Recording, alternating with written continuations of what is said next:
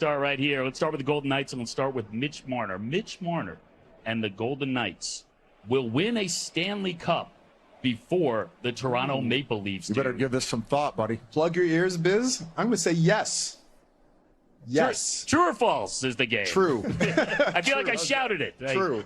You have to back that up or just move on to the next one? No, back it up. No, I definitely think they have an opportunity here for sure. They've got guys that have won before, clearly. It's going to come down to health. Health of that guy, Mark Stone.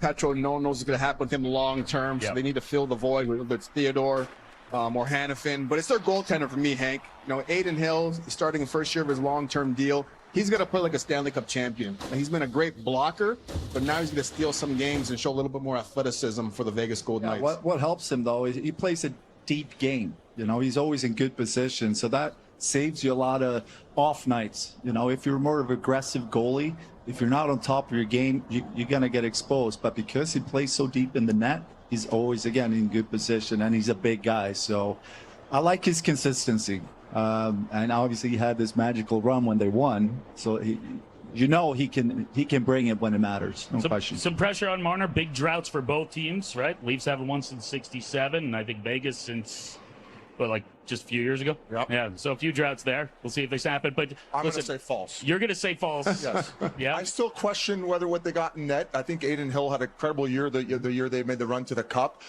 Maybe a little bit of a rough year last year. There are rumblings that they might try to address the goaltending backup situation with Carter Hart. That's just a rumor mill right now. I think it's going to be very hard for them to replace Pietrangelo. He was an incredible shutdown two-way defenseman, can provide that secondary offense outside of Shea Theodore. They are loaded up front. I am not going to deny that. Down the middle, very strong. Obviously, adding a guy like Mitch Marner, I think they're going to have a little bit more difficulty getting out of their conference than maybe Toronto would on the other side, especially with those injuries to Florida. So to me, it's more about Toronto. Not only I feel like their time is now, I feel like they have a well-balanced lineup and the money is spread out appropriately, but also they will have an easier path in the East with Sasha Barkov and Matthew Tkachuk being out short term. I'm not sure about that, Biz. I got to say false. I think Toronto's got a hard path. I think Florida's still going to be very good, and Tampa Bay is going to be a better team this year than last year.